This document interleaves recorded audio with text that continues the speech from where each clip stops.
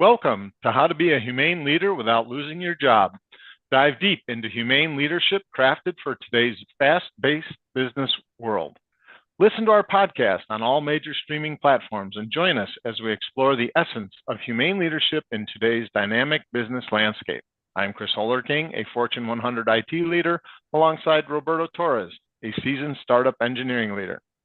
Today, we will explore whether a humane leader can hire and promote fairly and equitably in an environment where corporations like Walmart and others are shifting away from emphasizing DEI hiring and promotion policies.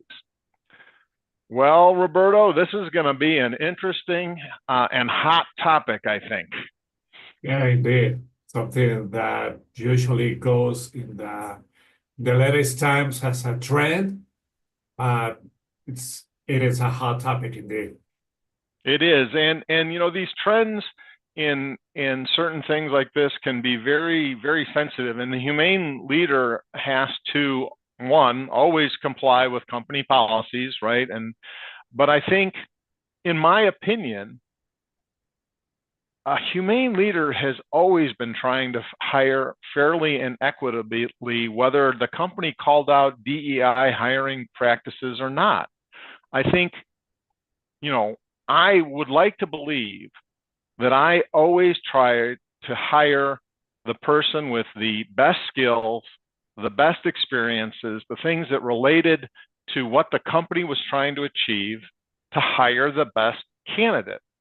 And, you know, in my opinion, that does help DEI candidates, because if they are the best, if someone who is in a minority group, if they're the very best, I would always hire them.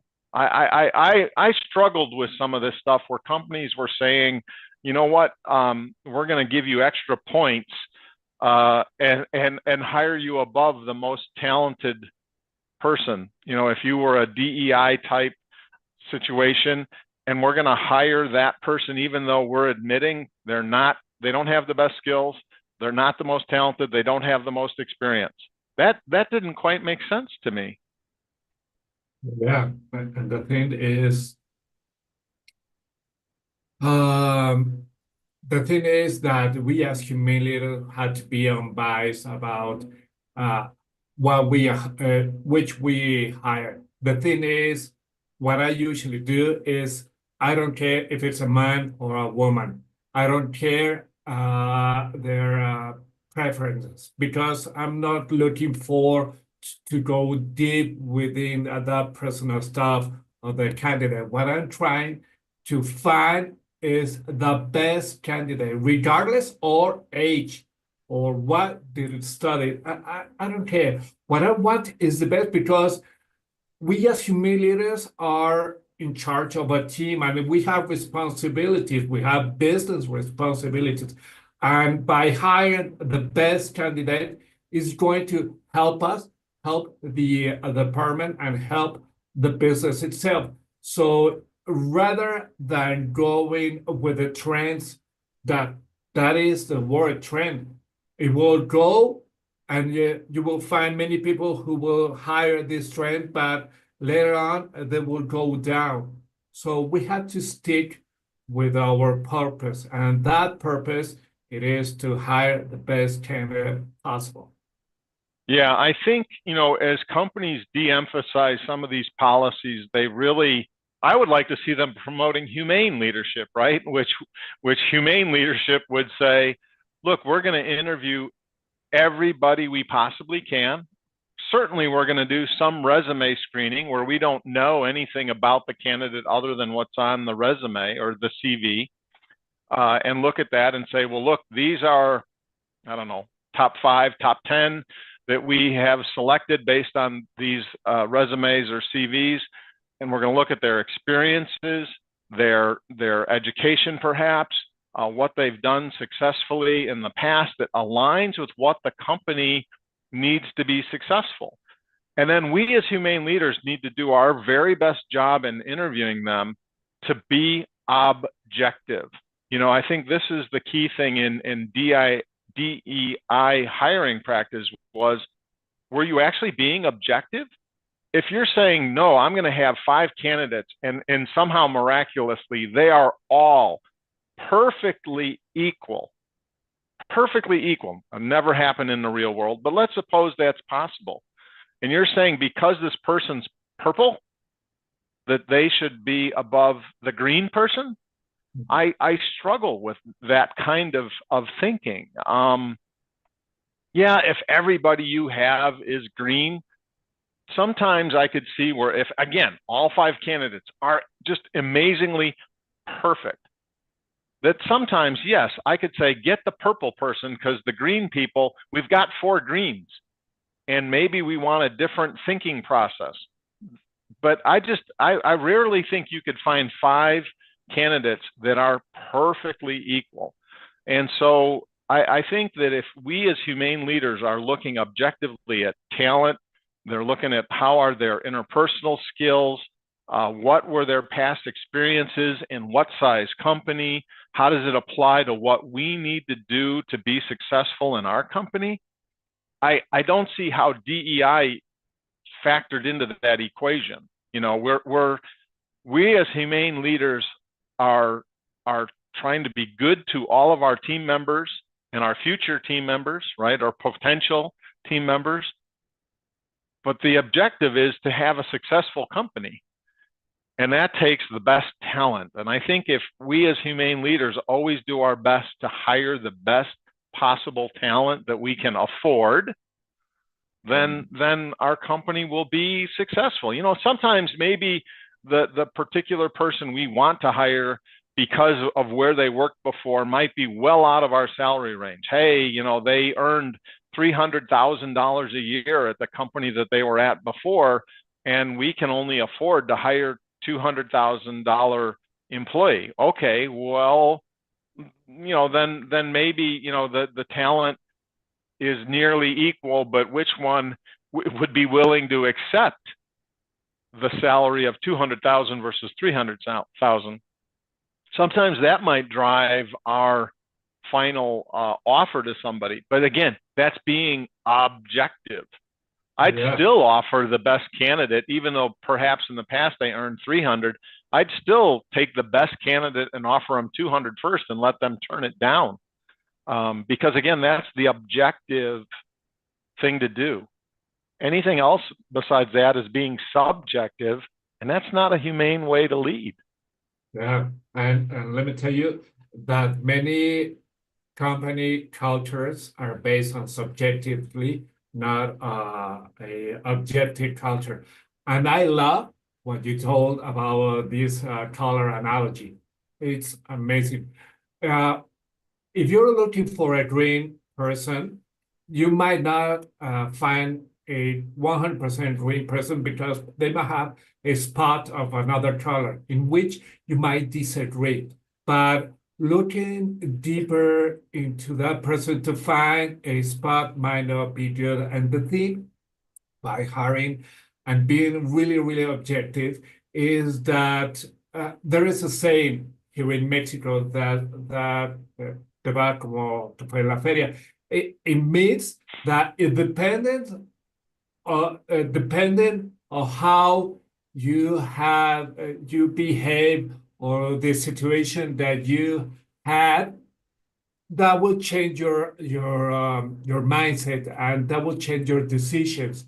So if you had maybe a problem or a bad situation with a person who might be a blue one, you will say for the future I won't hire a blue person because I have found that they have all these problems and they don't have that specific set of features that I want to.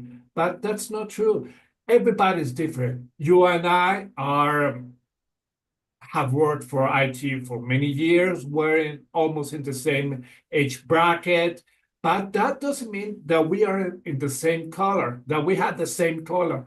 We are different. So what we have to do is to have a objective interview to allow the candidate to express what they are to know about their soft skills, their hard skills, and to really, really understand if that person has, it is, excuse me, a fit to the culture of the company as well as the department and would be a fit for ourselves. Because what we want when we hire new blood is someone to deliver results, better results that we have already.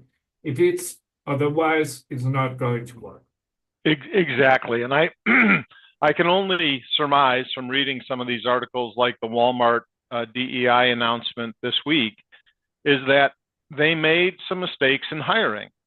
They didn't hire the best possible candidate. Instead, they said, no matter what, we're going to hire three purples, even though perhaps the three purples that they picked were not the best candidates in the pool of people that they interviewed, and then their company was not as successful. Look, there can be very talented purples, very talented greens, very talented, reds, whatever. The key is, did you hire the most talented person with the to meet the objectives of the goals of the company? And I think some of these companies started to, hire not based on the most talented candidates that they could get, and their initiatives were not going as well as they should. And I think sometimes, as humane leaders, we sometimes have to follow company policies and do things that maybe go against what we wanted to do. We wanted to hire the best possible candidate, whether they're purple, green, or red, didn't matter. But the company said, nope, doesn't matter. This red and green were the most talented, but we want you to hire the purple. And the purple, yeah, but you say, hey, but purple didn't have experience in this, and purple had never succeeded at that. Plus, I kind of detected an attitude problem with purple. Too bad, hire them anyways.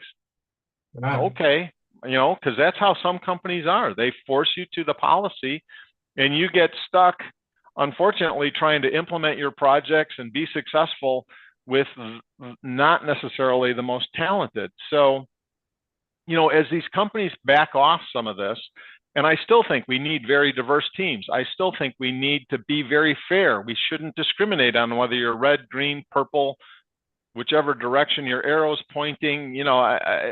That's foolish to discriminate against the most talented potential hires, or within your pool, if you're looking at promotions within your employees already, right? We should always be trying to be objective. And I think the humane leaders probably were doing that to the best of their ability within company policies that might have forced some bad decisions. And now these companies are realizing that was not necessarily the thing that served the company the best. What will serve the company the best is being very objective. And I hope they get back to helping leaders learn very objective measures for assessing talent. And that's what I would like to see is that they're truly embracing humane leadership, right? How do we be objective? What are some criteria that help? Because not all humane leaders are fair, right? We could be trying to be humane and we don't realize we have some biases against purples or greens or reds or blues. So what can help us develop a way to look at talent to be objective? And what I always tried to do is do my very best to block out even the names on the resumes. And I think some companies have started to do this where they go to the hiring manager and they say, okay, we've erased the names. Here's candidate 1, 2, 3, 4. You don't get to see what their name is even, because sometimes that might lead you to discriminate one way or another, right? I always tried to not look at that and look at the resume, or the CV as it's called in many parts of the country, right? Purely on what's on the piece of paper. Don't look at the name, because that's going to give away gender, may give away race, probably doesn't give away orientation necessarily, but and truly say, okay, these are the top 5 that I'm going to meet with. Obviously, once you meet with someone, you'll be able to figure out some things about them that are probably not relevant to the job. Ignore those things and focus on those objective measures that you've already written down, right? You've got your list of interview questions that are standardized. You're going to use the same questions with every candidate, so that you can be as objective as possible. And that's the best humane leadership interview skill, whether it's internal or external, candidates for the job. Be objective. Yeah, yeah, I totally agree with you, concur with your words.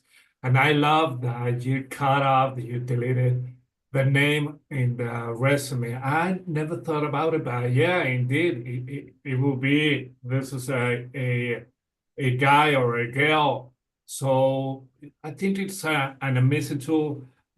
Two things that I want to mention you that are really important. If your decisions are gut-based, it will backfire to you automatically at some point. So don't do that. I remember well, last my company that I was working, that we interview a operations manager, and I didn't like it. He didn't have what the soft skills that I require. He had an amazing hard skills, but he lacked those soft skills. So human resources apply psychometric evaluations and show what I feel that he lacked those. By my CEO, he thought that this guy was amazing because he created a rapport with him, and he hired.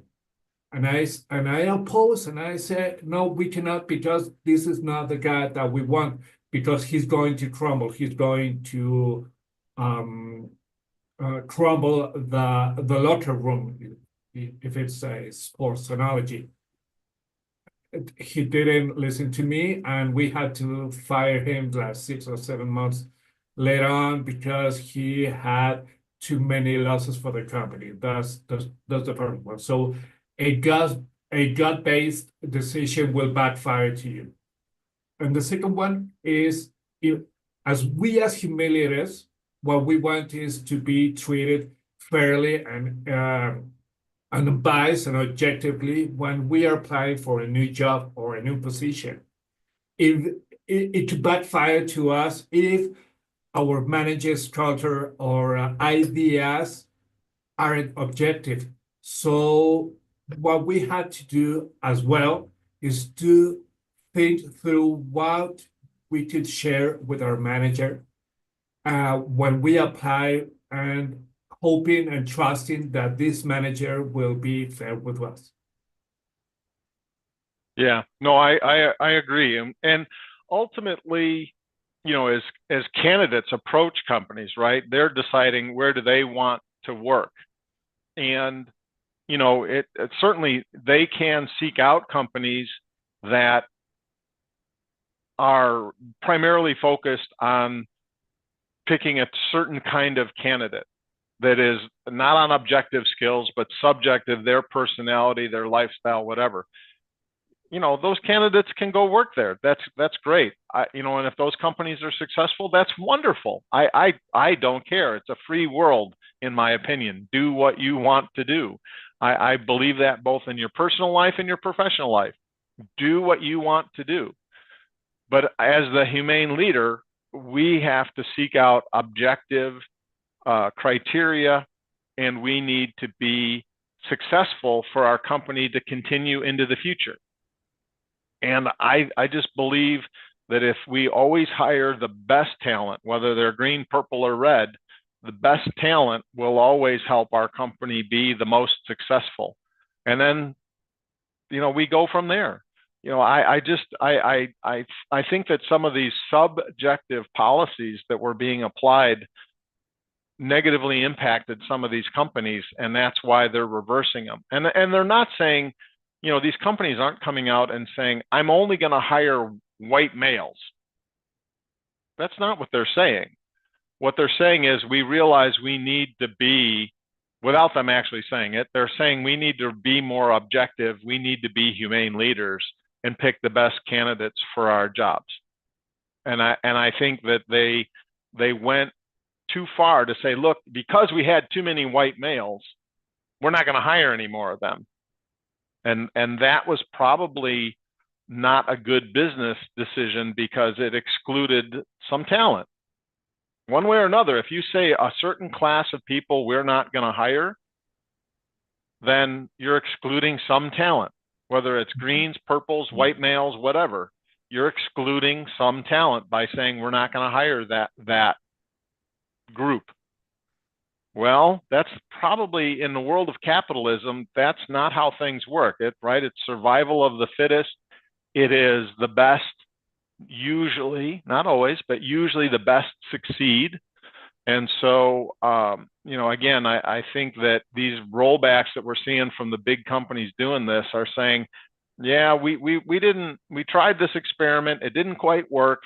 It's good that they're admitting, hey, it didn't quite work the way we wanted it to. It didn't help our company succeed better. So let's do something slightly different. And I'd like to see them come out with a policy that says, here's our main objective criteria that we're looking for in our very best candidates that are applying for jobs. And here's the things that our company values the most. And I'm just going to make one up, some airplane company, right? I'm some airplane company and I'm hiring talent. I want people with the best degrees. They had the best skills. They got the most certifications. Because if I'm getting on an airplane, I want the smartest, most objective scientists and engineers working on that airplane to make it the safest possible. I don't care if you're red, green, purple, pink, don't care. I want the best talent building and designing the airplane that I'm putting myself and my family on. And, I think that the companies are realizing that's not only in airplane designing and engineering, that's what makes, any company successful, having the best talent. Yeah, indeed. I remember right now that 24 years ago, I was working at a startup and we had a big problem with the engineering department. So I managed to get an engineer from Microsoft, which was highly one of the best engineers working at Microsoft in Mexico at that time, to go to an interview with us because we had the budget and we could hire. This guy was really amazing, had an amazing hard skills. His soft skills were beyond his age. He was so mature, but he had one problem. Not in my eyes, in the eyes of my VP. And this guy was full of tattoos. And when he arrived, I said to him, after the interview, I love our interview. I think you're going to be an excellent fit. Please, do you have time? Yes, I have time. I'm going to call the VP. And the VP, when he walked on and passed near him, he went directly to my office and he said, he is rejected. Why?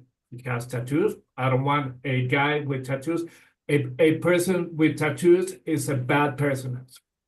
My God. And we didn't obviously hire this guy. I was so ashamed when I talked with him. He was so eager to be with us. But the thing is, when you have, and I express again, when you are deciding based on your gut, is going to backfire. What you have to have is a objective mind with hard data, and it would be best not one person, but maybe a committee of persons who could decide or who could decide about this candidate or any candidate at all. Yeah, no, I agree completely. And for those out there who might be listening who might have tattoos or might be red, green, or purple or whatever, or might be white males, realize that sometimes life just isn't fair too, right? You may be the best candidate and the company that you're interviewing with may not hire you. And that's just the way it goes sometimes. I agree, not fair. in many countries illegal that you didn't necessarily win the interview.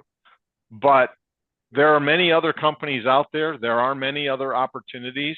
And eventually you will hire into a company where there are humane leaders making objective decisions, and they won't mind about tattoos. And you'll be very successful and much happier than if you somehow convince that leader who's anti-tattoo and get hired in there, and it just makes your life miserable, right? Because this VP is anti-tattoo, and you can be an evangelist and try and promote tattoos and do what you can to change the company culture, but for me personally, life's too short.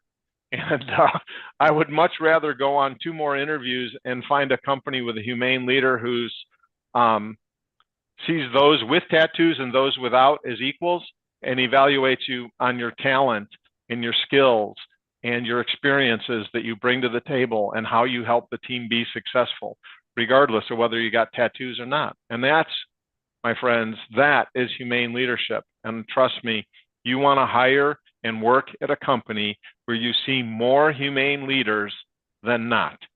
That is the place to work. Yeah, indeed. And you will notice red flags immediately when you are in the interview if you are a candidate. So recognize these red flags and decide and say, no, this is not a place that I want to work with. Exactly. Cool. Nice reflection. Well, this topic will go on, and we will trust that most companies will switch to humane leadership. I hope so. I hope they find our shows helpful. So have a great day, Roberto. You too. Bye-bye.